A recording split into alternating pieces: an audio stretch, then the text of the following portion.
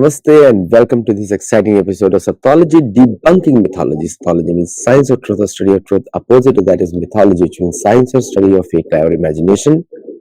आप एक्स पे सप्तोलॉजी को फॉलो कर सकते हैं और मेरे को भी फॉलो कर सकते हैं, आदित्य सत्संगी।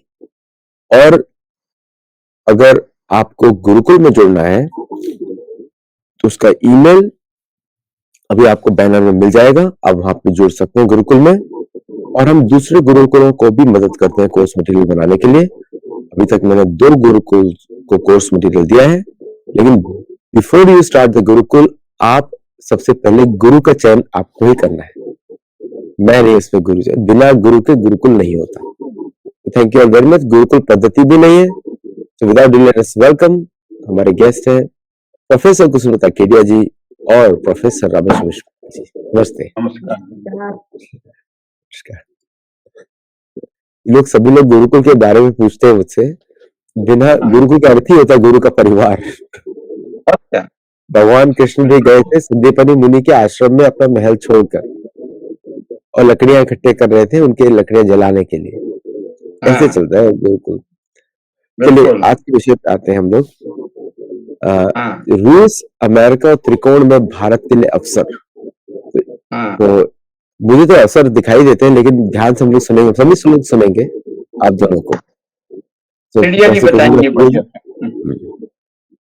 जी, तो मैं अपने विषय को शुरू करने के पहले मुख्य बात कह देती हूँ, फिर विस्तार में आती हूँ। इस त्रिकोण में भारत प्राप्त कर लेगा अपने वो समस्त विराट भूभाग जो कम्युनिस्ट कोलोनियलिज्म और इंपेरियलिज्म में सोवियत रूस और ये चीन के पास चले गए। ये सारे क्षेत्र वापस मिलेंगे भारत को। और मुझे तो इतनी डिटेल कथा कहानी कभी पता नहीं थी, लेकिन मैं 2007 से काशी में राजसूय व्याख्यान श्रृंखला चला रही थी, और 2015 में गोवा में सनातन वालों के बीच में मेरा भाषण हुआ था कि मैं अपने जीवन काल में अखंड भारत देखकर मरूंगी। ये घटित होने जा रहा है। अब आइए यूक्रेन की कथा। तो आपका विषय ऐसे सूझा कि आज के अखबार में देखा कि साहब इंग्लैंड वाला कोई प्राइम मिनिस्टर है जो यूरोपियन यूनियन से कब का बाहर भाग चुका है। उसने यूरोपियन यूनियन की कोई सभा बुलाई, कोई भाषण दिया और कहा कि साहब हम लोग 50 करोड़ लोग हैं यूरोप में, रूस वाले 14 करोड़ लोग हैं, तो क्या इनसे डरकर इनसे अपनी रक्षा के लिए हम लोग 30 करोड़ अमेरिकियों पर निर्भर करेंगे।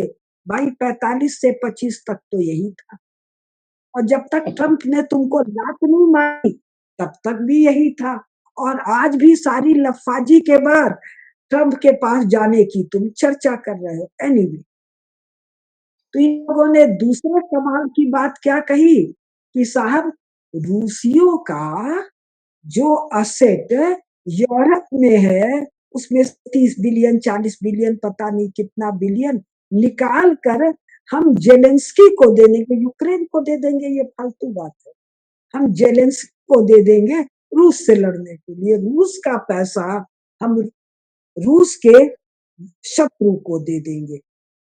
तो भारत को क्या समझ लेना है, जहां जहां अपना सब कुछ हो सब लाकर अपने कब्जे में कर लो। पिछले दिनों मैंने पढ़ा था कितना टन सोना मोदी जी यूरोप अमेरिका कहाँ कहाँ था वहां से ला, और हर चीज में आत्मनिर्भर बन जाओ। जो यूरोप वाले हों, अमेरिका वाले हों, कहियों वाले हों, ये सब के सब बदजात है। धोखा देना इनके स्वभाव में। इनका 150-200 साल का जो भी इतिहास है उसमें तोड़ देने की। इसमें जितने इनके पैक्ट होते हैं वो पैक्ट होते ही तोड़ देने के लिए हैं। ज्यादातर इनके गुप्त पैक्ट होते हैं, और गुप्त पैक्ट किसी तीसरे की, किसी चौथे के धन संपत्ति क्षेत्र को हथियाने के लिए होते हैं। सेकेंड वर्ल्ड वॉर के समय सेकेंड वर्ल्ड वॉर तो 45 में खत्म हुआ। 43 में जो पोस्ट वॉर अरेंजमेंट्स हो रहे थे किसके बीच में, इंग्लैंड, फ्रांस वाले को तो बैठाते ही नहीं थे ये सब, इंग्लैंड, अमेरिका और स्टालिन। अब स्टालिन को रूस बोले कि रूस का हत्यारा बोले। तो ये क्या हो रहा था कि लड़ाई अब खत्म होने वाली है, 44 एंड तक सलटी गई, 45 में फॉर्मली सलट गई। तो इसके बाद हम बंदरबाट कैसे करेंगे संपूर्ण क्षेत्र का, आज ये सब गरिया रहे हैं और भारत के अनपढ़ गरिया रहे हैं कि साहब ट्रम्प यूक्रेन का इतना इतना लेना चाहते हैं।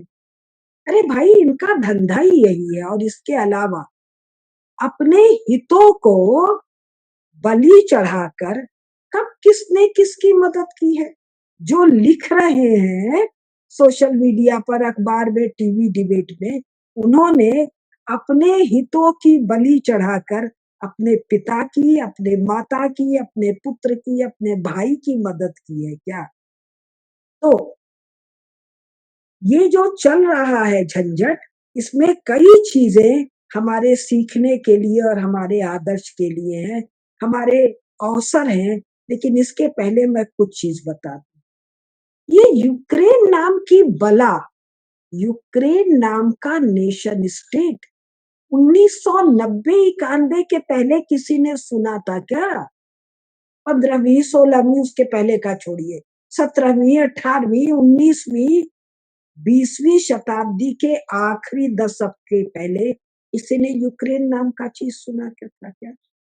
यूक्रेन में जो कीव नदी बहती है, ये नदी जब बर्फ से जम जाती थी तो यूरोप के उत्तर से वाइकिंग लोग जो आते थे, जिनको यूरोपीय लोग लुटेरा, दस्यु, आक्रमणकारी, दुर्दांत बताते थे, ये लोग जमी हुई नदी पर, यूरोप के लिखे हुए किताबों में लिखा है, कुछ लोगों से जो ट्रेडिंग करते थे, उन लोगों को ये रस कहते थे।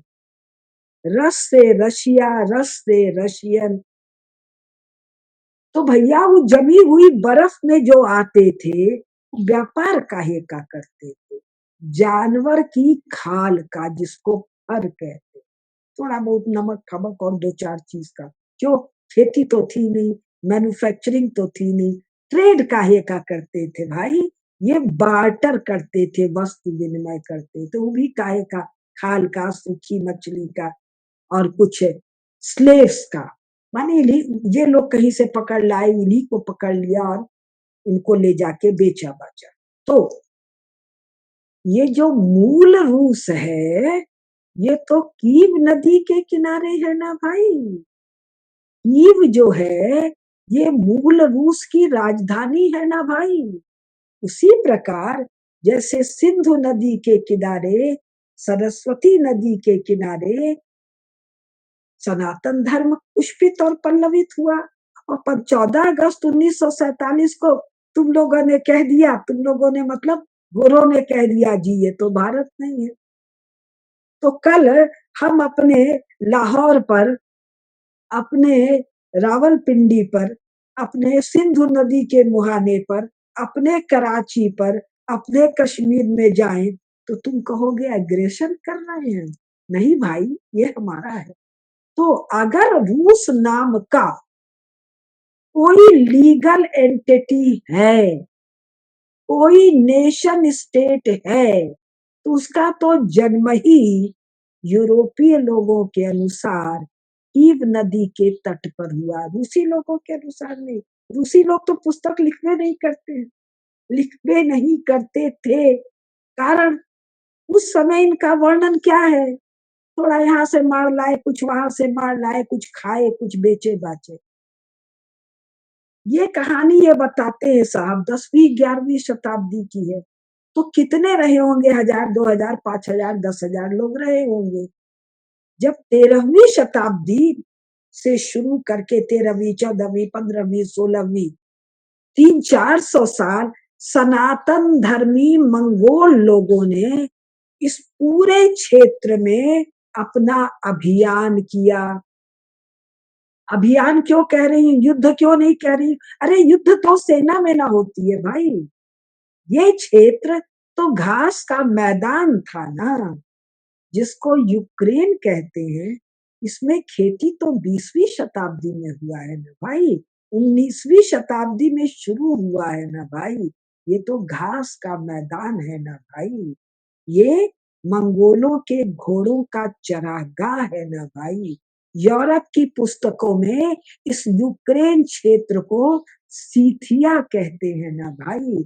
शक, शाक द्वीप, शकों के रहने का स्थान, शकस्थान। शक कौन है? सनातन धर्मी भारतीय लोग हैं।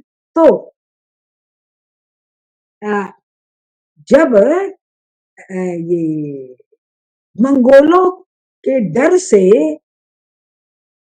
यूरोप की लिखी किताबों के अनुसार रूसी लोग भाग गए कहा, और उत्तर में और ठंडी जगहों पर, घने जंगलों में। उस जगह का नाम यूरोपीय लोग बताते हैं मस्कवा था। मस्कवा की खासियत क्या थी? भयंकर ठंडा और घने वन, जहां मंगोलों के घोड़े न जा सके। इसमें पहली बार एक इवान द टेरेबल का नाम आता है, कोई 1526 वगैरह में, यानी 16वीं शताब्दी। ये इवान द टेरेबल कौन है? ये मंगोलों का एक छोटा सा गुमास्ता है, जो यहाँ के भागे हुए मरे खपे गरीब दीनहीन लोगों से थोड़ा टैक्स कलेक्ट करता है, मंगोल ट्रेजरी में जमा करता है। लेकिन ये टैक्स इतने भयंकर बर्बर पाशविक तरीके से वसूलता है कि रूसी लोगों के बीच में यह इवान द टेरेबल के नाम से प्रसिद्ध हुआ। ये यूरोपीय लोग। फिर हम किसी पीटर का नाम सुनते हैं, फिर किसी हम कैथरीन का नाम सुनते हैं। इनको जो ग्रेट कहते हैं, तो कैथरीन, पीटर और कैथरीन की कथा सुन ले तो लज्जा से, हंसी से, लज्जा से मुंह छुपाएंगे, हंसी से पेट दुखेगा। फिर हम किसी रोमनो या रोमन या राम के नाम की डायनेस्टी के बारे में सुनते हैं। और फिर हम सुनते हैं 1917 में यहाँ कोई कम्युनिस्ट क्रांति हो गई, लेनिन वगैरह ने लेनिन को सल्टा के स्टालिन डिक्टेटर। अब इस रूस से यूरोप वालों का झंझट क्या है? अभी धीरे धीरे झंझट बता रहे हैं। 1870 में 300 छोटे छोटे टुकड़ों को इकट्ठा करके एक जर्मनी नाम का देश खड़ा होता है। और जर्मनी नाम का देश खड़ा होते ही मेरी समझ से 1907 में, यानी 1871 या 70 में ही फ्रांस को एक झापड़ देता है और पेरिस पर कब्जा करता है, और जर्मन सेनाएं पेरिस यानी फ्रांस की राजधानी में जाती हैं 1914 में, तो बाकायदा युद्ध छेड़ देता है। अब ये जर्मनी जो है, ये फ्रांस की धरती को कब्जाने के लिए किससे दोस्ती करता है? पैक्ट करता है, संधि करता है। इंग्लैंड वालों से भी करता है, रूस वालों से भी करता है। आज सब ना ये सगे बने हुए हैं, और आज सब ये सगे बने हुए रूस को निपटाने के लिए। रूस से भी सब आपस में संधि करते हैं, संधि तोड़ते हैं। जो संधि करते हैं वो गोपनीय होती है, एक दूसरे को नहीं बताते हैं। तो जर्मनी रूस से संधि करके फ्रांस को लगाता है, इंग्लैंड को चपत लगाता है, और बाद में किन्हीं किन्हीं कारणों से रूस पर चढ़ जाता है। जब रूस पर चढ़ जाता है, तब फ्रांस और इंग्लैंड को सांस आता है, बस सांस आता है। ये अमेरिका को बुलाते हैं, आओ जर्मनी को निपटाओ। वो कहता तुमसे हमारा क्या लेना देना? क्यों? अमेरिकन कौन है? यहाँ से मार कर भगाए गए लोग, जिनको जिनके प्रति इन यूरोपीय लोगों को रत्ती भर सहानुभूति नहीं है, और अमेरिकन को इनके प्रति कोई ममता नहीं है। तो पहली लड़ाई जो वर्ल्ड वॉर है, वो वर्ल्ड वॉर नहीं है। इनके अपने लेखन में यूरोपीय लड़ाई है। यूरोपीय लड़ाई कौन लड़ रहे हैं? रूस, जर्मनी, इंग्लैंड और फ्रांस, बाद में अमेरिका। पहली लड़ाई में भी जर्मनी के खिलाफ रूस और फ्रांस का एलाई है रशिया। 1917 तक जार, 1917 के बाद कम्युनिस्ट रसा इंग्लैंड और फ्रांस का एलाई है। सेकेंड वर्ल्ड वॉर में हिटलर भी वही करता है, इससे पैक्ट करता है, उससे पैक्ट करता है, दोनों से साथ में करता है, छिपाता है, बाद में भेद खुलता है और बाद में सोवियत रूस पर, स्टालिन पर हमला करता है। उसका भी अलग कहानी है। और हमला करने के बाद इंग्लैंड और फ्रांस को सांस आती है, फिर वो अमेरिका को बुलाते हैं, अमेरिका नहीं आता है। सोवियत रूस में जब जर्मन सेनाएं फंस जाती हैं, तो आदित्य जी कथा बताएंगे कैसे जापानी लोगों को खबर देते हैं कि पर्ल हार्बर में अमेरिकन लोग असुरक्षित है। आज ही मुझे आदित्य जी ने ये कथा बताई। जापान पर्ल हार्बर पर हमला करता है, अमेरिका एंट्री लेता है 42 दिसंबर या नवंबर, दिसंबर है शायद। तो सेकेंड वर्ल्ड वॉर में स्टालिन, सोवियत रूस, कम्युनिस्ट रूस एलाई है किसका? इंग्लैंड और फ्रांस का और अमेरिका का। जब ड्यूरिंग वॉर मीटिंग होती है पोस्ट वॉर डिस्ट्रीब्यूशन के लिए, तो अमेरिका का रूजवेल्ट सबसे ज्यादा घास स्टालिन को डालता है। सेकेंड वर्ल्ड वॉर में रूजवेल्ट के बाद ट्रूमैन भी सबसे ज्यादा घास स्टालिन को डालता है। क्यों डालता है? स्टालिन के पास बल है, इंग्लैंड फ्रांस के पास बल नहीं है। इंग्लैंड फ्रांस तो मार खा के पहली लड़ाई दूसरी लड़ाई दोनों में सड़क पर पड़ा हुआ।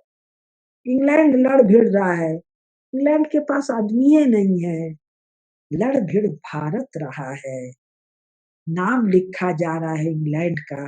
पहली लड़ाई में 15 लाख सेना जाती है, दूसरी लड़ाई में 25 लाख सेना जाती है। तो यूरोप को दिक्कत है सोवियत रूस से। अब दूसरा कारण बता रहे हैं, सोवियत रूस से क्यों दिक्कत है? कम्युनिस्ट रूस से दिक्कत है या कम्युनिस्ट स्टालिन से दिक्कत है, क्योंकि रूजवेल्ट और बाद में ट्रूमैन स्टालिन के साथ जो पैक्ट होता है, यूरोप आधा बांट दिया जाता। तो जो कर्म स्टालिन और कम्युनिज्म ने किया, उस दोष का भागी बना देते हैं ये रूस को। दूसरा, आज इनको जो रूस से मिर्ची लगी हुई है, उसका कारण ये है, इंग्लैंड का कॉलोनियल एम्पायर गया, फ्रांस का गया, स्पेन का गया, पोर्चुगाल का गया और डच लोगों का गया, जर्मनी का तो 2 कौड़ी का बना के छोड़ दिया। किंतु रूस ने जो कम्युनिस्ट कॉलोनियल एक्सपेंशन किया, उसकी तो कभी कोई चर्चा ही इन सबों ने भी नहीं की।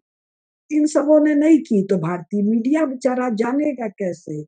अमेरिकन मीडिया ने भी नहीं चर्चा की। क्यों नहीं चर्चा की?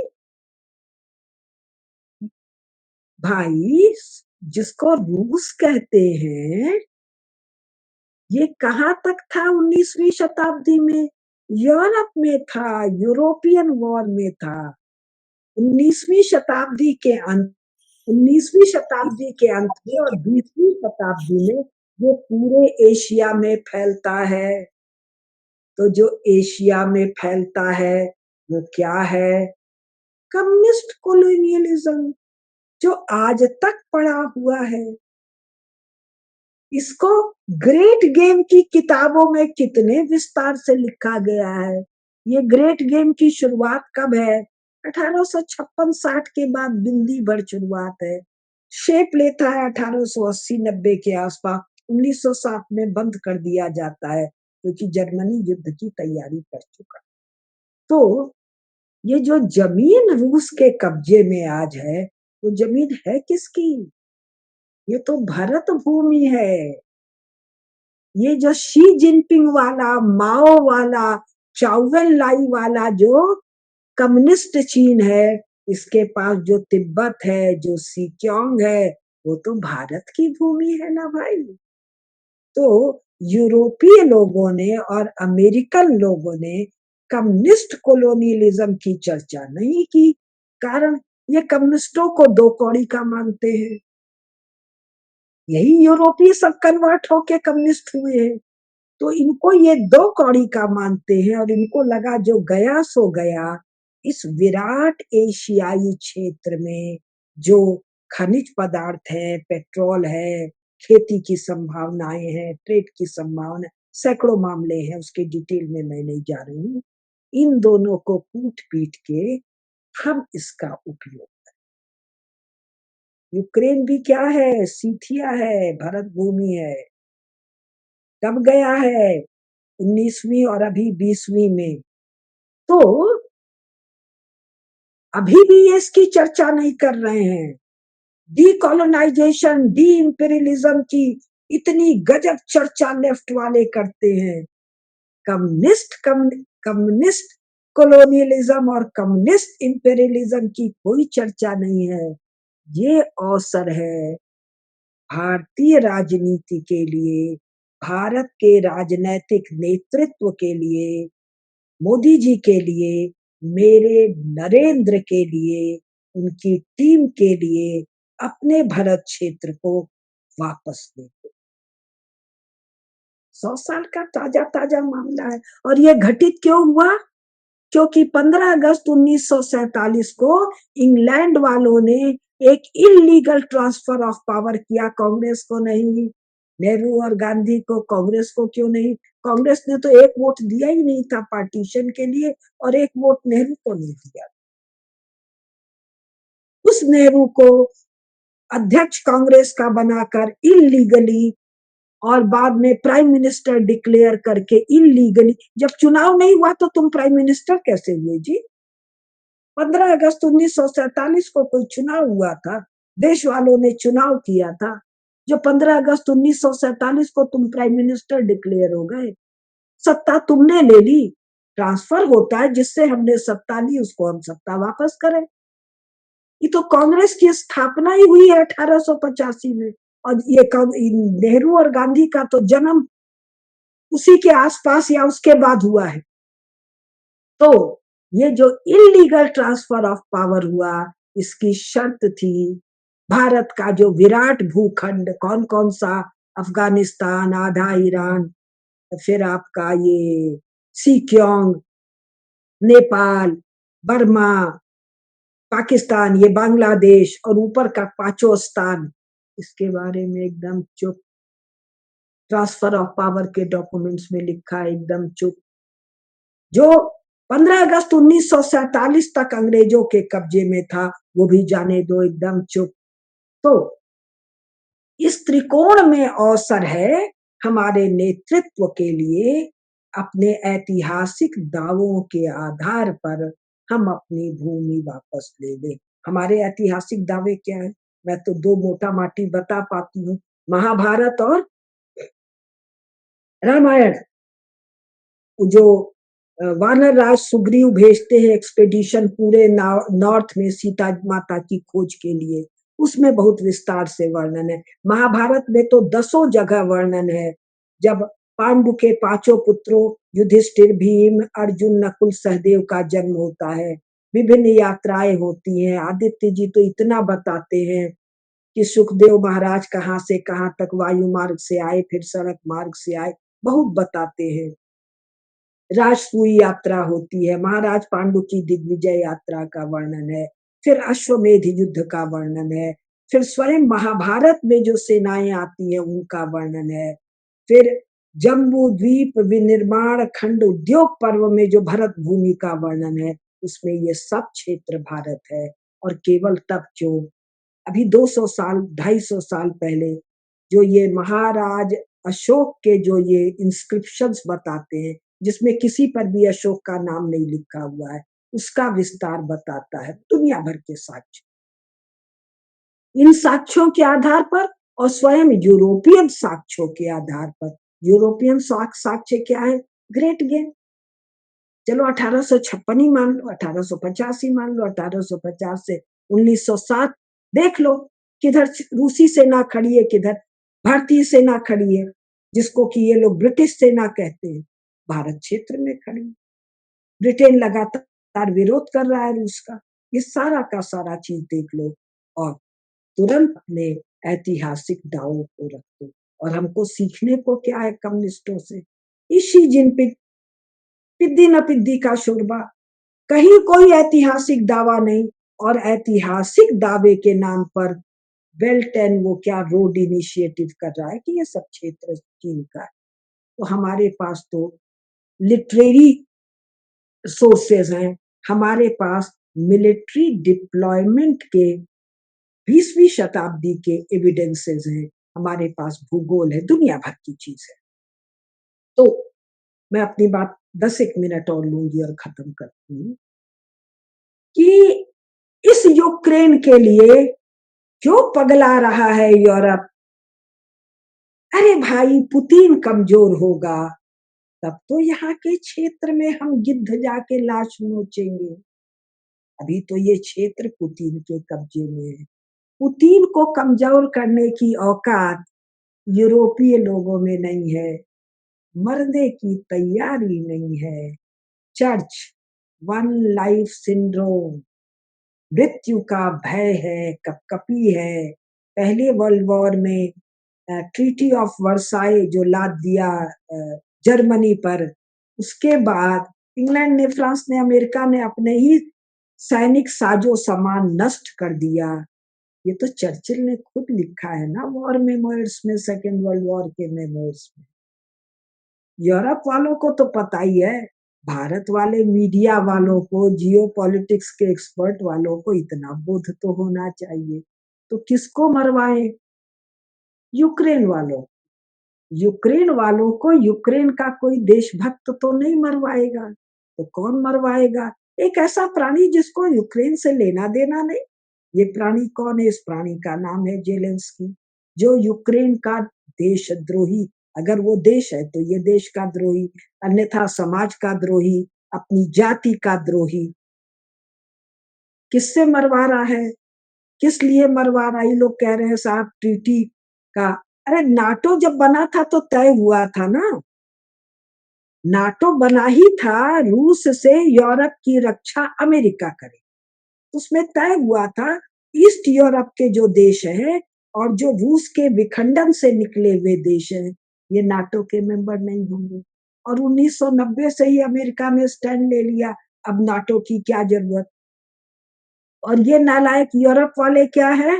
एक्स कॉलोनी वाले, गाल बजाने वाले कि हमारे राज्य में सूर्य नहीं डूबता है। अरे तेरे राज्य में सूर्य नहीं डूबता है, जर्मनी से तू अकेले निपट लेता भाई, काहे भारत से सेना बुलाया?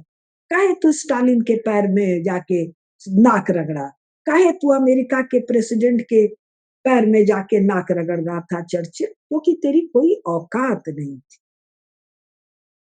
तो ये जो इंग्लैंड वाले हैं, ये चाह रहे हैं इस क्षेत्र के मिनरल्स पर, सब पर हम कब्जा करें। तो कैसे करें? अमेरिका बहुत मजबूत है, पुतिन बहुत मजबूत है, इन दोनों को लड़ाओ, जेलेंस्की के द्वारा लड़ाओ, लफाजी बतिया के लड़वाओ, और जब ये कमजोर हो तो हम बंदर बाट करें। नहीं भाई, तुम ना कर सकोगे। हमारे पास हमारा नरेंद्र है, हमारे पास उस नरेंद्र के पास एक इतनी बड़ी टीम है, और हमारे जैसे देशभक्त सैकड़ों सैकड़ों बैठे हैं जो बता रहे हैं लगातार। स्वयं सत्योलॉजी चैनल इतने विस्तार से बता रहा है, स्वयं आदित्य जी इतने विस्तार से बता रहे हैं। ओरिजिनल एटलस नामक जो पुस्तक इन्होंने लिखी है, मैं रिकमेंड करूंगी कि इंडियन गवर्नमेंट का जो भी जियो पॉलिटिक्स समझने वाला विदेश विभाग या जो भी विभाग है, इस ओरिजिनल एटलस को मंगा के पढ़े। इन्होंने गूगल मैप और काहे काहे के द्वारा सारे स्थानों को इंगित कर दिया है, ये कैसे भारत भूमि है। इसको मंगवा लीजिए, पढ़ लीजिए, आदित्य जी को बुलवा लीजिए, उनकी टीम को बुलवा लीजिए, और ये सारे क्लेम डाल दीजिए। क्योंकि ये नदियां आज भी वही हैं, उनकी धाराएं भले भले बदल गई हों, झील आज भी वही है, भले सिकुड़ गए हो या फैल गए हो, पहाड़ वहीं पर हैं, वहां होने वाली वनस्पतियां आज भी वही है, वहां होने वाले पशु जगत, वनस्पति जगत, पक्षी जगत, कृमि जगत आज भी वही है, मिनरल्स भी वही है, जिसका वर्णन विस्तार से हमारी पुस्तकों में है, जिसका मॉडर्न ढंग से विस्तार से वर्णन ये पुस्तक ओरिजिनल एटलस कर रही। तो भाई यूरोप वालों, तुम लोग ताकते रह जाओगे, तुम लोग की तो औकात ये नहीं रह गई। 1990 के बाद चर्च का आर्क शत्रु मियाँ लोग, तुमने क्रूसेड किससे किया था? इन्हीं लोगों से ना। इन लोगों ने जिहाद किसके साथ किया? तुम्हारे साथ ना। तुम 90 में इनको ले जाके अपने घर में बैठा लिए, और जो सकल कर्म कांड वहां हो रहा है, तो इस लड़ाई में भारत के लिए बहुत बड़ा अवसर है अपने समस्त क्षेत्र को टेबल पर बैठकर बतिया कर वापस ले।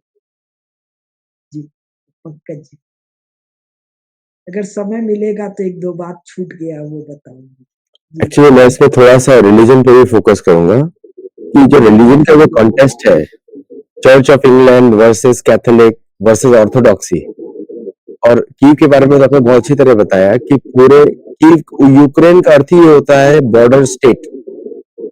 क्रानिया स्लाविया, स्लाविक लैंग्वेज शब्द है, बॉर्डर स्टेट।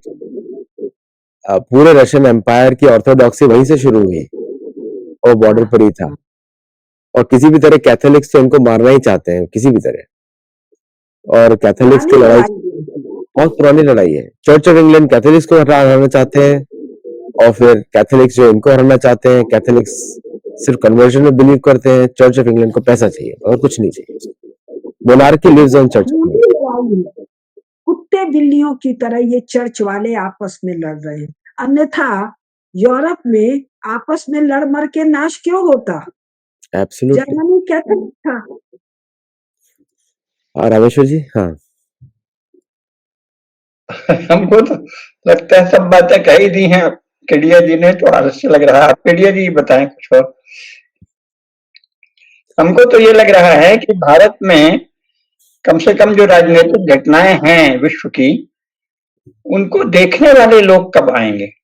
ये तो पता नहीं किन, वो तो कैथोलिक और प्रोटेस्टेंट और ऑर्थोडॉक्स चर्च लड़ रहे हैं कुत्ते बिल्लियों की तरह, ये तो सही है।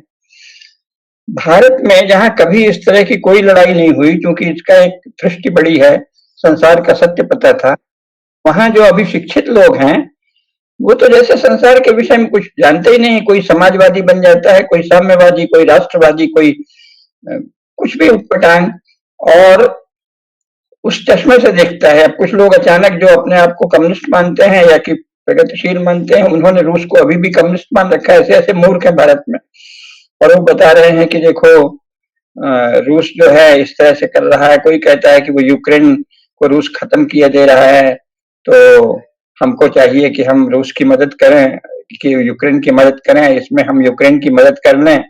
माने कुछ भी, घटना क्या है, तथ्य क्या है, यूरोप में यूनिट्स क्या हैं, आइडेंटिटी की यूनिट्स क्या हैं, फिर पॉलिटिकल गेम क्या चल रहा है, पॉलिटिकल लक्ष्य क्या है राजनीतिक, इस पे चर्चा ही नहीं होती। कुछ अजीब अजीब सी बातें होती है। भारत में जहां की सबसे बड़ा विजन होना चाहिए राजनीति में रुचि रखने वालों का, वो इस या उस यूरोप की किसी न किसी शक्ति के, जैसे कि शक्ति भी नहीं बल्कि यूरोप की किसी न किसी मिथ के, किसी न किसी कल्पना के, किसी न किसी मतवाद का जो प्रोपेगेंडा है उसके दास है। तो एक तो चिंता यह हो रही है कि कब भारत का जो शिक्षित वर्ग है उसका बड़ा हिस्सा संसार के सत्य को देखेगा। और दूसरा, केडिया जी को क्योंकि उनको विजन आता है, उनके विजन जब होते हैं तो सत्य निकलते हैं, तो फिर मुझे ये भी लगता है, आशा बनती है जब वो कह रहे हैं कि भारत के समक्ष बहुत सुंदर अवसर है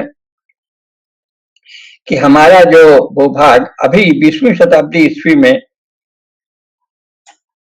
सोवियत संघ जब बना था उस समय हड़पा गया, उसका एक हिस्सा अभी भी हमको अपना वापस प्राप्त करना चाहिए।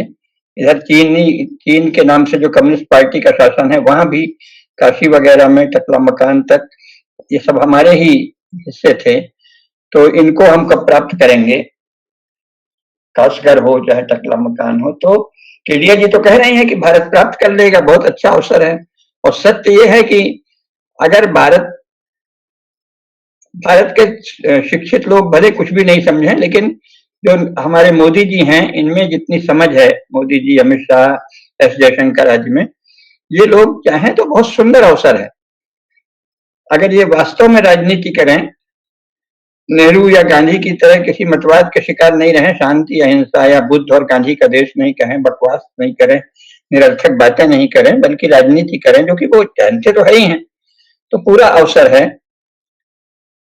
और यूरोप के लोग जो इस समय कह रहे हैं, उनको देखते हैं तो बड़ा आश्चर्य होता है, इनमें कितनी कृतज्ञता है।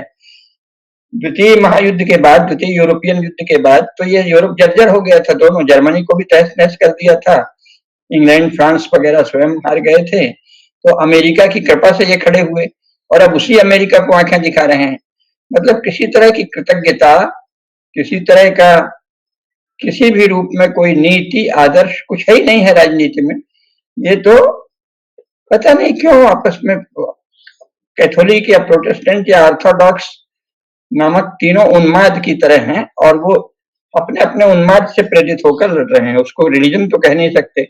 अगर रिलीजन का अर्थ किसी प्रकार भगवान के बारे में जानना, सत्य को जानना, किसी महान सत्ता को जानना, उसके प्रति भक्ति भाव रखना है, तो यहाँ तो न महान सत्ता की चर्चा है, न भक्ति भाव की चर्चा है। छोटे छोटे स्वार्थ हैं, छोटी छोटी गुटबाजियां हैं और क्षुद्र आकांक्षाएं हैं, और किसी प्रकार की नीति, नैतिकता, आदर्श नहीं है। तो ये भारत में जो राजनीतिक विमर्श करने वाले लोग हैं, वो कब इस सत्य को बताएंगे? कब तक अपने आप को कोई समाजवादी कहेगा, कोई राष्ट्रवादी कहेगा, कोई कुछ, कोई भारतवादी, हिंदूवादी भी बन जाएगा, लेकिन वास्तव में हिंदू समाज का इस समय क्या राजनीतिक लक्ष्य होना चाहिए, इस पर चर्चा ही नहीं। लेकिन केडिया जी भी हैं तो कैसे कहें कि नहीं है, कोई न कोई है। केडिया जी ने बहुत अच्छे से रखा है कि भारत के लिए ये बहुत सुंदर अवसर है कि हम अपने राजनीतिक लक्ष्य को प्राप्त करें। जो हमारे राजनीतिक भूभाग थे, जिन पे सोवियत संघ के साथ जर्मनी के विरुद्ध लेनिन और स्टालिन की मदद पाने के कारण उनको सोवियत संघ बनाने में जिस इंग्लैंड, फ्रांस और अमेरिका ने मदद की, और उसमें हमारा बहुत बड़ा भूभाग दे दिया, जैसे उनके पिताजी का ही हो। अंग्रेजों का तो ये हाल था कि जब वो यहाँ भी थे तो भारत के सैनिकों के मत्थे जीत रहे थे और बातें करते थे कि हमारी ये शक्ति है, हम ये कर देंगे। अरे तुम्हारी क्या शक्ति है भाई? यानी इतने झूठे और कृतज्ञ लोग हैं। कभी उन्होंने कहा नहीं कि हम भारत के सैनिकों के प्रति कृतज्ञ हैं, भारत के प्रति कृतज्ञ हैं कि उन्होंने जर्मनी से हमारी रक्षा की, बल्कि बोलने लगे हमारी शक्ति। तो ऐसे जो लोग हैं, अब वो अमेरिका को आंख दिखा रहे हैं। हालांकि अमेरिका कुछ करेंगे नहीं, जो कि वस्तुतः है। केडिया जी ने पहले ही बता दिया कि सच तो यह है कि यूनाइटेड स्टेट्स ऑफ अमेरिका के बिना पश्चिमी यूरोप का कोई अस्तित्व नहीं है। इनके पास वो शक्ति ही नहीं है। अभी भी वो शक्ति जो है यूनाइटेड स्टेट्स ऑफ अमेरिका के ही पास है। और ये क्या कर लेंगे? 50 करोड़ हो गए हैं, तो ये क्या युद्ध से तो ये भयभीत हैं, सेकेंड यूरोपियन वार के बाद से। तो इसका मतलब सब दांव पेच चल रहे हैं, गीदड़ भपकी चल रही है। और इसी बहाने, जैसी इनकी आदत है, रूस का जो धन इनके यहाँ रूस का जमा था, उसको हड़पने के लिए भी हो सकता है कि अचानक बाद में ये यूक्रेन का साथ छोड़ दें, क्योंकि इनका तो वचन भंग करना, संधि करना, संधि भंग करना, कोई घोषणा करना, घोषणा से विमुख हो जाना, ये तो यूरोपीय राजनीति का स्वभाव है। तो हो सकता है कि ये रूस का जो धन इनके यहाँ बैंकों में जमा है, उसको हड़पने के लिए ये सब चाल चल रहे हैं। अब इसके बारे में जो यूरोप के बहुत गहरे विशेषज्ञ हैं वही बता सकते हैं, क्योंकि मुझे लगता नहीं कि यूरोप में ये दम है कि वो रूस से लड़ेगा। और अगर अमेरिका नहीं कूदेगा लड़ाई में, जो कि कम से कम डोनाल्ड ट्रंप को अकल आ गई है कि हम अपने लोगों को अथवा अपने संसाधनों को इस तरह नहीं झोंकेंगे दूसरों की लड़ाई में, पहले अपना संभाल, पगड़ी संभाल जट्टा, हमारे यहाँ तो कहा था भगत सिंह ने।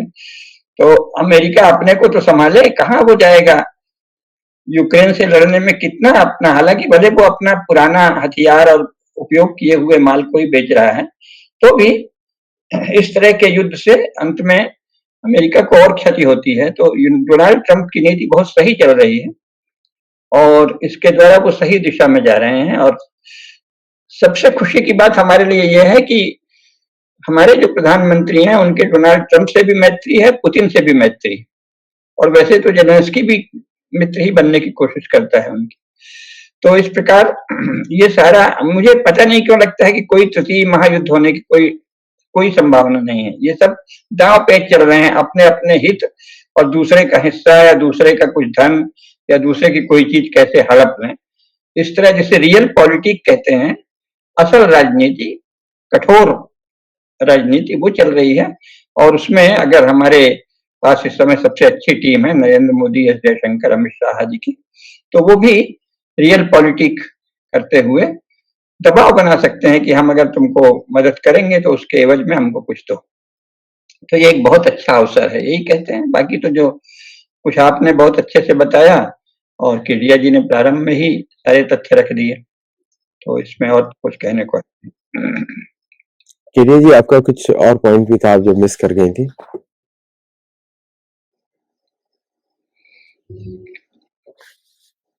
आवाज नहीं आ रही।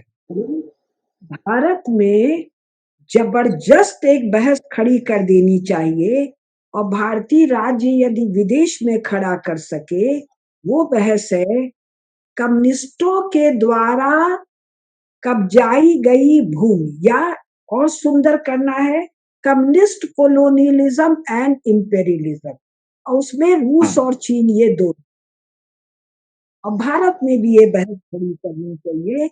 और दूसरा, भारतीय राजनीति को या भारतीय केंद्रीय राजनेताओं को ही ये इनिशिएटिव लेना होगा। दिल्ली में वो विवेकानंद कोई मतलब सभा है, सेंटर है विवेकानंद केंद्र।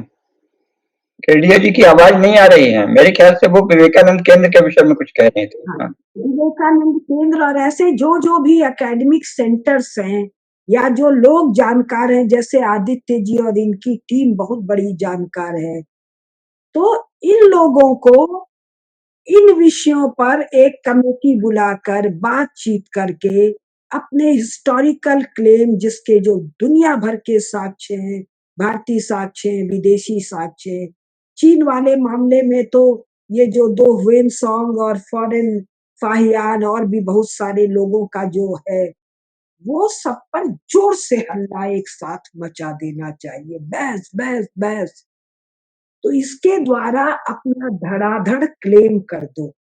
इस समय हो क्या रहा है, रूस के पीछे ये लोग क्यों पड़े हैं? रूस या वहां के कम्युनिस्टों ने और जार ने जो इतना विशाल भूभाग हम भारतीयों का दबाया है, इसके बंदर बांट के। और मुझे ध्यान है, मैंने 2-4 भाषणों में, पता नहीं सप्तोलॉजी में या कहीं और कहा था, कॉमन ह्यूमैनिटी के नाम पर, मानवता का या मानवों की साझी स्वामित्व के नाम पर इस पूरे क्षेत्र पर ये लोग कब्जा करेंगे। नाम देंगे मनुष्यों का सामूहिक साझा स्वामित्व, लेकिन भाई साझा स्वामित्व तो यूरोप में भी बनेगा, साझा स्वामित्व तो फिर यूएसए में भी बनेगा, खाली भारत क्षेत्र पर तो स्वामित्व नहीं बनेगा। तो एक काम तो इसको बहुत विस्तार से शुरू कर देना चाहिए। दूसरा काम, मेरी अल्पबुद्धि से कह रही हूँ, पॉलिटिकली कितना करेक्ट है कितना नहीं करेक्ट है, सप्तोलॉजी पर यूरोप पर मैंने खूब बोला है, और अभी मेरे को 5, 7, 8 ऐसे चैनल्स दिखे हैं इस पर यूट्यूब पर, जो यूरोप की, चीन की, अमेरिका की जो भयंकर अत्याचार या बेहूदगी या पाशविकता दुनिया भर से रिलेटेड चैनल हैं, जो ऐतिहासिक तथ्यों को दे रहे हैं। तो कम से कम 10-20 लोग, विद्वान नहीं, वो लोग जो यूरोप से डील कर रहे हैं, यूरोप में अमेरिका, रूस सब शामिल है, ये लोग इन तथ्यों को देख दाख के 100-200 टुकड़े तथ्य हमारे डीलर्स मतलब जो उनके डिप्लोमेट से बात करेंगे, उन लोगों को थमा दें जिससे बात करते समय जो ये नैतिकता का झंझट है, वो टुकड़े डाल के उनकी नस को दबा दिए। इसको जाने बिना, उनकी कमजोरी जाने बिना नस दबाना तो बहुत मुश्किल। और जब मुझे, जिसको बिल्कुल नहीं आता है ये सोशल मीडिया, यूट्यूब और क्या-क्या, जब मुझे 4-5 चैनल्स दिख गए हैं, तो ऐसे 50-100 चैनल होंगे अंग्रेजी में। तो ये 2 बात मुझे ज़रूरी लगी, क्योंकि याद होगा आदित्य जी, ने आपके चैनल पर बार-बार कहा 2024 में जब मैंने रिजल्ट आने के 1 दिन पहले रिकॉर्डिंग की थी बुरांस खंड पे, तो मैंने कहा था एक स्वर्णिम अवसर आ रहा है जिसमें संसार भारत की तरफ देखेगा। और जब इलेक्शन के रिजल्ट तथाकथित रूप से कमज़ोर थे, तो कई लोगों को लगा क्या हो रहा है। तो जो वैश्विक घटनाओं की जो समझ मुझे थी, इन घटनाओं की तो नहीं थी कि ये घटनाएँ ऐसी होंगी। तो उन घटनाओं के आलोक में मुझे स्पष्टता से दिख रहा था कि फैलने का अपना बहुत बड़ा बोझ होता है। अगर आप अपने सामर्थ्य से अधिक फैल जाते हैं, तो उसके बोझ से दब के स्वयं टूट जाते हैं। तो ओवर एक्सपेंशन का झंझट मुझे अमेरिका के सामने दिख रहा था, यूरोप के सामने दिख रहा था, एक्स कम्युनिस्ट रेजिम सोवियत रूस के सामने और present communist regime Xi Jinping वाले के सामने मुझे स्पष्ट दिखाई दे रहा। और भारत जो एक स्वाभाविक राष्ट्र है, इस पर भी हमारे नेतृत्व को बहुत ध्यान देना चाहिए। इस पर मेरे तो अनेकानेक भाषण हैं, स्वाभाविक राष्ट्र और अस्वाभाविक राष्ट्र। ये तर्क बोलते ही इनके चेहरे का पानी उतर जाएगा, चाहे यूएसए हो, चाहे इंग्लैंड हो, चाहे फ्रांस हो, चाहे रूस हो, चाहे चीन हो। ये सब दूसरों की धरती, दूसरों के हर चीज पर कब्जा जमा के और उनका पैशाचिक एनिहिलेशन का काम किए हैं। तो टेबल पर नैतिकता तो बतियाना पड़ता है। तो ये illegal, artificial, arbitrary nation states हैं। ये बात हमारे डिप्लोमेट्स को तो कहना पड़ेगा। मैं आपके चैनल के माध्यम से ये बातें अपने डिसीजन मेकर, पॉलिसी मेकर और ओपिनियन मेकर तो राम जाने किस कैटेगरी के हैं, लेकिन पॉलिसी मेकर्स, डिसीजन मेकर्स और अपने मिलिट्री वालों के सामने पहुंचाना चाहती हूँ, क्योंकि जो हमारा मिलिट्री एस्टेब्लिशमेंट है, ये मिलिट्री हिस्ट्री जरूर पढ़ता होगा।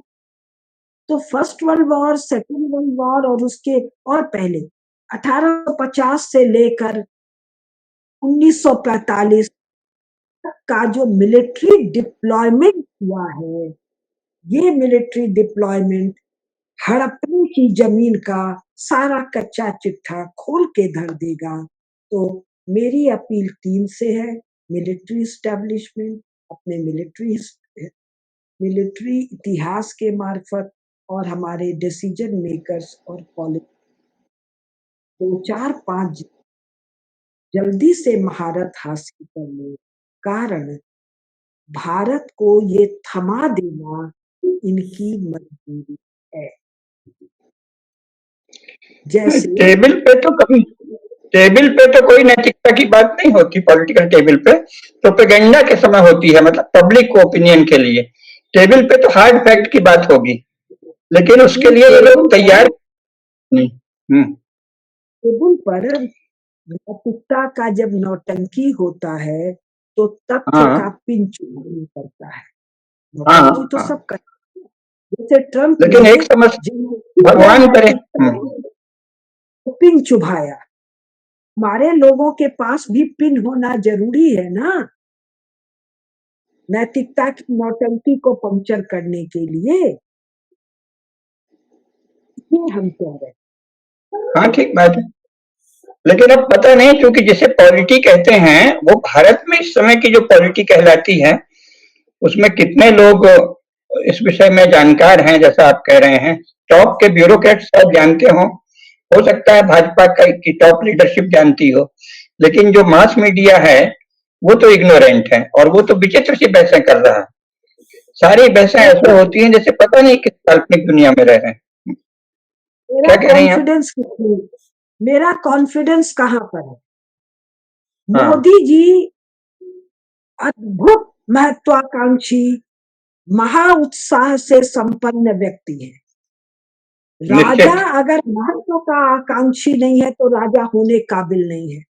बिल्कुल, बिल्कुल। 10 साल में वो वर्ल्ड लीडर, भाई सुषमा स्वराज जी ने तो मुझसे इसी भोपाल में कहा था ना, जब मैं मिलने गई थी, कि कुसुम जी आप क्या बात कर रही हैं?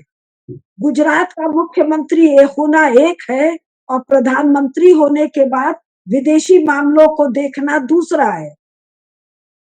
वही नरेंद्र मोदी 10 साल के अंदर वर्ल्ड लीडर से दी वर्ल्ड लीडर में आ गए। तो मेरी आशा है उनके महत्व की आकांक्षा पर, एक। हाँ, दूसरा, हमें दुनिया के लीडर्स की, दुनिया के मॉडर्न पॉलिटी की समझ न होती तो ऐसा टाइट रोप वॉकिंग वो न कर पाते। नहीं, दो, पूरी तरह है, पूरी तरह है। तीसरा जो आप बार बार कहते हैं कि राजनीति के वो मर्मज्ञ हैं, और जो उन पर टीका टिप्पणी करते हैं, आप ही कहते हैं वो राजनीति का क ख ग नहीं जानते।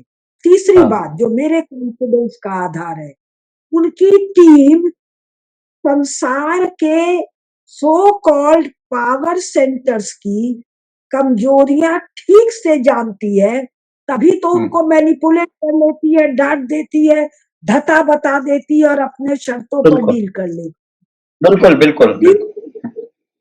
था। भारत में बैठकर सारे उल्लू के पट्टों को दरकिनार करके, जिसको आप मीडिया कह रहे हैं, उनकी बकबक को दरकिनार करके इलेक्शन मैनेज करना वो जानते हैं। हाँ, निश्चित। उनकी टीम कितना कम बोलती है, बेहुदे इंगेज ही नहीं करती है, अपनी बात कहती चली जाती है। चौथा जो मेरे कॉन्फिडेंस का आधार है, संसार में जो ये आर्टिफिशियल नेशन स्टेट्स है, ये जो आर्टिफिशियल पावर सेंटर्स है, ये अपने आर्टिफिशियलिटी के कारण ओवर रीच, ओवर एक्सपेंशन किए हैं। उसी के बर्डन में ये चरमरा के टूट रहे हैं। चरमरा के टूटने पर ये अपने सर्वाइवल के लिए किसी भरोसे के व्यक्ति, समाज, विचार, देश को तलाशेंगे। इसमें भारत, भारतीय राजनीति और वर्तमान में भारतीय राजनीति के शीर्ष पर बैठे नरेंद्र मोदी जी एकमात्र हैं जो खरे हैं, विश्वसनीय हैं। अतः ठीक बात है। थोड़े से प्रयास के द्वारा बड़ी सुविधा से पिछले 11 साल में इन्होंने जो कमाया है उसका ब्याज आ जाएगा। बांग्लादेश के मामले में देखिए, हिंदुओं के साथ जब हो रहा था, मैं एक शब्द नहीं बोल पाई।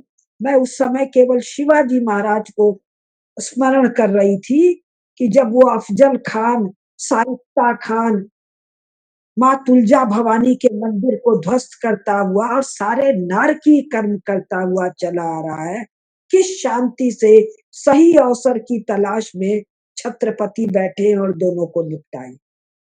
बांग्लादेश के बारे में जो कथाएं आने लगी, कैसे इन्होंने बांग्लादेश को निपटाया, कैसे पाकिस्तान निपटाया, हम लोग तो बाहर वाले हैं, थोड़ा सा जानते हैं। तो ठीक बात मेरा है। जो कॉन्फिडेंस है, संसार को आवश्यकता एक ऐसे की है, ए भैया मरते हुए को थोड़ा अन्न जल दे के चैन से पड़े रहने दो। भारत को आवश्यकता और हमारे मोदी जी में सामर्थ्य है क्योंकि सामर्थ्य महाराज युधिष्ठिर का नहीं देखना है ना, क्योंकि महाराज युधिष्ठिर के समय भीष्म पितामह है, द्रोण है। मोदी जी के सामने कौन है? गाली गलौज करने वाला वो जो बिडेन है, जेलेंस्की जैसा जोकर है। ये यूरोप के लीडर्स हैं जो अपने घर अपनी स्त्रियों को मुसलमानों से बलात्कार करवा रहे हैं, विरोध करने पर जेल भेज रहे हैं। ट्रंप जो ढंग का है उसको यही सब मिलके जोकर कह रहे हैं, बड़बोला कह रहे हैं। तो हरदम तो आप ही से सीखा है मैंने कि राजनीति एक वास्तविक दुनिया में होती है। मैं तो अर्थशास्त्र वाली थी, राजनीति का जो भी ककहरा मैं बोल पाती हूँ मैंने आपसे सीखा है। आपसे सीख के अपनी जानकारी के साथ पिरो कर बता रही हूँ। तो भाई मोदी जी की भेंट में या भारत में कौन है? वो राहुल गांधी, तो वो मुलायम सिंह का बेटा, तो वो क्या कहते हैं केजरीवाल। तो ये क्या है? छोकरे हैं ना, इनको पकड़ के जेल में बंद करने का सब उपाय रखते हुए एक को जेल में नहीं बंद कर रहे। कांग्रेस ने भारत में दिखा दिया अपने विरोधियों का कत्ल करना, विरोधियों का नहीं, अपने साथियों को, राजेश पायलट है, राजीव गांधी है, इन सबको हत्या में उड़ा देना। पिछले 11 साल में एक राजनीतिक हत्या भाजपा ने नहीं करवाई है। कांग्रेस ने इतनी सरकारें गिराई, मोदी जी ने एक सरकार नहीं गिराई, गवर्नमेंट नहीं लगाया। इसका मतलब कि इन लोगों के पास कोई और बल है जिसके कारण कूदरपन का काम ये नहीं कर रहे हैं। बिल्कुल। तो जो मेरा आत्मविश्वास है, विजन तो अपनी जगह है, लेकिन जो मैं बातें कहती हूँ वो तो अपने विश्लेषण के आधार पर कहती हूँ। मैंने सोशियोलॉजी में कितनी बार कहा है 2024 के बाद कि 29 के पहले सब घटित हो जाएगा, और आदित्य जी से तो बात में कितनी बार मैंने कहा क्या पता 25 में ही हो जाए, क्या पता 26 में ही हो जाए। 29 तो मैं बढ़ा के कह रही हूँ, शी जिनपिंग की मृत्यु का या अशक्त होने का गणित करके। अब यहाँ कोई यूक्रेन नाम का, कोई जेलेंस्की नाम का कुकुरमुत्ता उगाएगा, ये सब तो मुझे नहीं पता था। ये तो महाकाल की माया, पेरिफेरी की चीजें हैं, ऐसी पेरिफेरी की 10, 20, 25 चीजें और होंगी। कहाँ कौन सा खड़ा होगा, किससे क्या इक्वेशन बनेगा, कहाँ से क्या निपटेगा। अब ये हमास वाला जो मामला हुआ 7 अक्टूबर को, भाई जिसमें 2 कौड़ी की अकल होगा वो इजराइल के लोगों के साथ ऐसी जघन्य हरकत नहीं करेगा। अभी 2 बच्चों को, यहूदी बच्चों के साथ हमास ने जो किया है, जिस जघन्यता का परिचय, ये क्या है? ये पागल हो चुके हैं। पागल क्यों हो चुके हैं? पाप का घड़ा भर गया है, पाप सर पे चढ़ के बैठ गया है। तो ऐसी अनेकानेक घटनाएं घटित होंगी, और ये तो होंगी। रीजनल एटलस में फिर कह रही हूँ, दिल्ली में 2-4-500 कॉपी मंगवा लो भाई, ध्यान से देख लो। मैंने तो इस पुस्तक को पढ़ा है, ऐसी और पुस्तकें हों तो उनको भी मंगा दो। मैंने तो इसी को विस्तार से पढ़ा है, निशान लगाया है। मैं इसका रिव्यू करने वाली थी, नहीं कर पाई। नहीं होगा तो एक बार इस पुस्तक का रिव्यू कर दूं कि हमारे कितने क्लेम्स का सारा डिटेल दिया। बहुत अच्छा रहेगा। और मैं आपको थोड़ा बताऊं, मैं अपनी बड़ाई नहीं कर रहा हूं, लेकिन इस बुक को भी मैंने खुद ही वेरीफाई भी किया है। मैं कहीं भी भारत में जाता हूँ या फॉरेन कंट्री में जाता हूँ, इस बुक के हिसाब से ही ट्रैवल करता हूँ। मैं स्वयं इसको पालन करता हूँ, क्योंकि और वहां पे जाके, जैसे मैं प्रयागराज गया था, अक्षय वट पुराणों में लिखा हुआ है, बहुत पुराणों में है। वहां पे स्वयं ब्रह्मा जी आ चुके हैं, वहां पे स्वयं शिव जी रहते हैं, केशव की पूजा होती है। अक्षय वट उस पुस्तक में लिखा हुआ, तो इस पुस्तक के आधार पर मैं अक्षय वट गया। और बहुत सारी जगह अमेरिका की, और अगर ऐसा होता है ना, चावल अगर आप तो बहुत ही अच्छे कुक हैं, तो चावल पकता है एक दाने से पता लगता है। अभी यहाँ पे मैं 10 दाने चेक कर चुका हूँ, और भी धीरे धीरे चेक करता रहूंगा, सेंट्रल एशिया के। और सरकार साल भर में सब चेक करवा लो। भाई व्यक्ति और सरकार में इसके सामर्थ्य में बहुत फर्क है। इतना काम बहुत कर दिया। अब बहुत आदित्य जी कह रहे हैं हम अपनी बड़ाई नहीं करेंगे। अरे आप क्या बड़ाई अपनी करेंगे? आप में सामर्थ्य है अपनी बड़ाई करने का? नहीं हमारे जैसे 5-7 लोग मिल के ना कर पाएंगे। आप सब कहाँ गुरु का से आशीर्वाद करेंगे? है, सब गुरु का आशीर्वाद है, क्योंकि ऐसे दृष्टि ऐसे ही मिलती है गुरु के आशीर्वाद से। सब बिना गुरु के कुछ पॉसिबल नहीं है। तो thank you all very. Shailendra भैया भाषाओं के इतने अद्भुत जानकार हैं। मैं चलिए आज एक प्रपोजल देती हूँ। मैं शैलेंद्र भैया जो आपके वित्त विभाग में ज्वाइंट सेक्रेटरी के पद से 31 जनवरी को रिटायर किए हैं, और आदित्य जी हम लोगों की एक टीम बनाकर सेंट्रल एशिया थोड़ी सुविधा दे के हम लोग को भेज दीजिए। हम सारा काम करके आपको दे देंगे। महीने 2 महीने 4 दिन हम एब्सोल्युटली। 3 की टीम बना दें। अच्छा, इसी उनका जो भाषा ज्ञान है शैलेंद्र भैया का, काम करना खिलवाड़ में हम लोग निपटा। भाषा ज्ञान नहीं, लिंग्विस्टिक्स का, भाषाओं का, शब्द का, कौन सा प फ क्या क्या वो बताते रहते हैं। खेल में हम 3 निपटा देंगे। हम लोग की एक टीम बना दीजिए। आदित्य जी इसका शॉर्ट बनवा के दीजिए। चले क्या पता हमारी आवाज वहां तक पहुंच जाए। ठीक है, करता हूँ मैं इसका। अच्छा, एक वैसे भी बोलिए बोलिए आप। वैसे भी सभी राजनीतिक निर्णय शीर्ष राजनेता ही करते हैं। इंग्लैंड से भी जो लोग यहाँ आए थे तो कोई सारे अंग्रेज थोड़ी जानते थे कि भारत में क्या है और कैसे करना है। आज तक संसार में जो भी राजनीतिक निर्णय हुए हैं वो टॉप के शीर्ष के लोग ही करते हैं। ये तो बाकी निठल्ले लोगों के बैठे ठाले की बहस होती रहती है। इसलिए बहुत संभव है कि मोदी जी की टीम ये सब कर सकती है जो आप कह रहे हैं। कोई आश्चर्य की बात नहीं। सही समय है, उन्होंने पहले ही कहा यही समय है, सही समय है। ये भारत के लिए यही समय है, सही समय है, भारत का अनुकूल समय है। ये बार बार हो रहा है, होगा। एक इसी पुस्तक का दूसरा पार्ट है, कुसुम जी आपको बहुत अच्छा लगेगा। उसमें मेरा काम चल रहा है।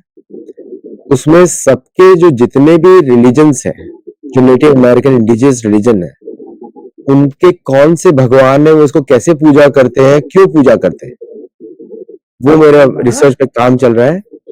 और विद जीपीएस कोऑर्डिनेट्स और वो मंदिर और सारे पुराणों से रेफरेंसेस है। एक भी रेफरेंस इनका नहीं है। मैं आपको तो मालूम है, पश्चिम के कोई भी ऑथर को कोट ही नहीं करता हूँ, कभी नहीं। जरूरत नहीं है, उसकी जरूरत नहीं है, क्योंकि हमारे पास ज्यादा ज्ञान है, हमारे ऋषि मुनियों को ज्यादा ज्ञान है।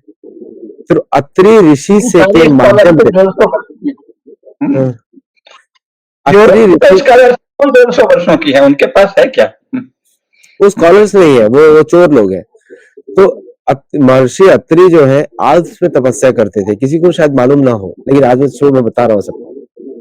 आल्प्स में तपस्या करते थे महर्षि अत्रि जो, और उनके, जिसको हम स्विट्जरलैंड आजकल बोलते हैं, ये उनके आश्रम हुआ करते थे, जिसको स्विस गवर्नमेंट ने छुपा के रखा हुआ है, और वो मैंने ढूंढ लिया है। बहुत बड़ी जगह है। हाँ, वो पहाड़ों के बीच में ऐसी जगह है जहां पे बर्फ नहीं पड़ती। बर्फ से घिरे हुए पहाड़ों के बीच में जगह है जहां बर्फ नहीं पड़ती। बहुत बड़ा हिंट दिया लोगों को, है ना। तो बहुत सारा चीजें हैं। एक्चुअली जो लोग मुझे पुराणों को मिथक बोलते थे, क्योंकि अगर उनको समझ में नहीं आता है तो मिथक बोलेंगे। लेकिन अगर वो ये देख लें, जैसे हम तीनों हैं, किसी एक कहानी पे हम लोग बात करें, हम तीनों के वर्जन अलग होंगे, गारंटीड। कहीं ना कहीं तो हम लोग डिफर करेंगे। पुराणों में भी ऐसी है, डिफरेंट ऋषि जब बात करते हैं, लेकिन हम तीनों का पर्सपेक्टिव सत्य है, क्योंकि हम तीनों ने अपनी आंखों से देखा है, लेकिन हमने उसको किसी दूसरे तरीके से इंटरप्रेट किया अपने आप से। यही पुराणों में होता है। वास्तविक घटना नहीं बदली, समय भी नहीं बदला। और अभी तो बहुत बड़े एक स्कॉलर हैं जिनको मैंने परीक्षित के जन्म से लेकर नंद महाराज का डेट्स बताया, वो भी थोड़े शॉक हो गए कि 3 पुराणों में सेम डेट है, तो कैसे गलत हो सकता है वो। अभी 3 रेफरेंसेस हो गए ना मेरे पास, तो 3 रेफरेंसेस में कैसे गलत होगा। और एक सुखदेव गोस्वामी बोल रहे हैं, एक मार्कंडेय बोल रहे हैं, एक मैत्रेय ऋषि बोल रहे हैं, तीनों अलग अलग लोग बोल रहे हैं। सॉरी, एक नारद मुनि बोल रहे हैं, सर एक नारद मुनि। तो इसी तरह काम होता है, मल्टीपल रेफरेंसेस के थ्रू 3 पॉइंट एनालिसिस, एंड में भगवत गीता का तड़का लगाना उसके ऊपर, क्योंकि भगवत गीता में सब कुछ सत्य भगवान कृष्ण बोल रहे हैं।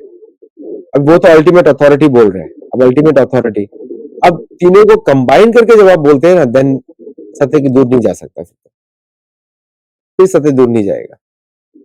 तो अखंड भारत की जय हो, जय हो, जय हो, जय जोकर की भी जय हो, इसने जय हो, ये जय हो। अवसर को उपलब्ध कराया। जय। जय हो, जय हो। सर्व की नमस्कार। जय हो, धर्म का नाश हो। नमस्कार। दर्शकों, इस वीडियो को जरूर लाइक करिएगा, शेयर करके ध्यान से सुनिएगा। अगर आपने नोट्स नहीं बनाए हैं तो वापस देखिए, नोट्स बनाइए इसके ऊपर, आपको बहुत मार्गदर्शन मिलेगा। लेकिन रिसर्च का कार्य आपका है, हमारा नहीं है। अब आपको एक पॉइंटर दे सकते हैं, डायरेक्शन दे सकते हैं, लेकिन रिसर्च का काम आपका है। लेकिन इस वीडियो में इतना इंफॉर्मेशन मिल गया है कि you are 10 steps ahead of us, 10 steps ahead. तो आप आगे चले गए हमसे इसको सुनने के बाद। अब इसके ऊपर, इसके आगे आपको अपनी जर्नी खुद ही तय करनी है। कोई भी गुरु आपको हाथ पकड़ के स्वर्ग नहीं ले जाता, स्वर्ग तो आपको अपने कर्मों से ही जाना है। लेकिन हम थोड़ी सहायता कर सकते हैं, बस, और कुछ नहीं। तो इसलिए बोलते हैं ना कि जो विद्यार्थी होता है या वो हमेशा शिक्षक से आगे चला जाता है, क्योंकि शिक्षक सब कुछ उनको शेयर कर देते हैं। It is time to build your own journey. With that I end this show. आपकी परमिशन आप दोनों की, तो we end the show. So thank you all very much, और दर्शकों का भी। और आप इस वीडियो को कमेंट्स में आप शेयर करिए, मुझे बताइए। नमस्ते, जय जगन्नाथ। जय जगन्नाथ।